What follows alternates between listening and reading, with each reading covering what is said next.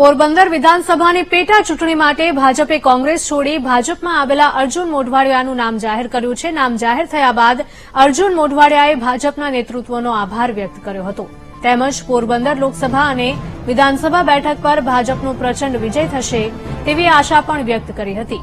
તેમજ પોરબંદરનો પ્રવાસન સહિતના ક્ષેત્રે વિકાસ કરવામાં આવશે તેવું પણ કહ્યું.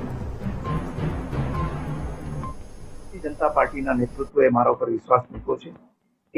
એના કરતા પણ બહુ મજબૂત પડઘો પોરબંદરની જનતા ભારતીય જનતા પાર્ટીના ઉમેદવાર તરીકે માત્ર મને એકલાને નહીં પણ મારી સાથે જે આપણા કેન્દ્રીય મંત્રી શ્રી મનસુખભાઈ માંડવિયા જે અહીંયા લોકસભાના ઉમેદવાર છે એ લોકસભાના ઉમેદવાર તરીકે રેકોર્ડ બ્રેક લીડથી આ વખતે જીતશે અને વડાપ્રધાન શ્રીનું જે વિકસિત ભારતનું સપનું છે અને એમનો જે ગોલ આપેલો છે એ વિકસિત ભારતની અંદર વિકસિત ગુજરાત બને અને વિકસિત પોરબંદર બને એ માટેનો જે સંકલ્પ પૂરો કરવામાં અમે એક સૈનિક તરીકે કામ કરીશું અને ભારતીય જનતા પાર્ટીનો જે 370+ નો વડાપ્રધાન શ્રીનો જે ટાર્ગેટ છે એના કરતા આગળ વધારે સીટ ભારતમાં મળશે.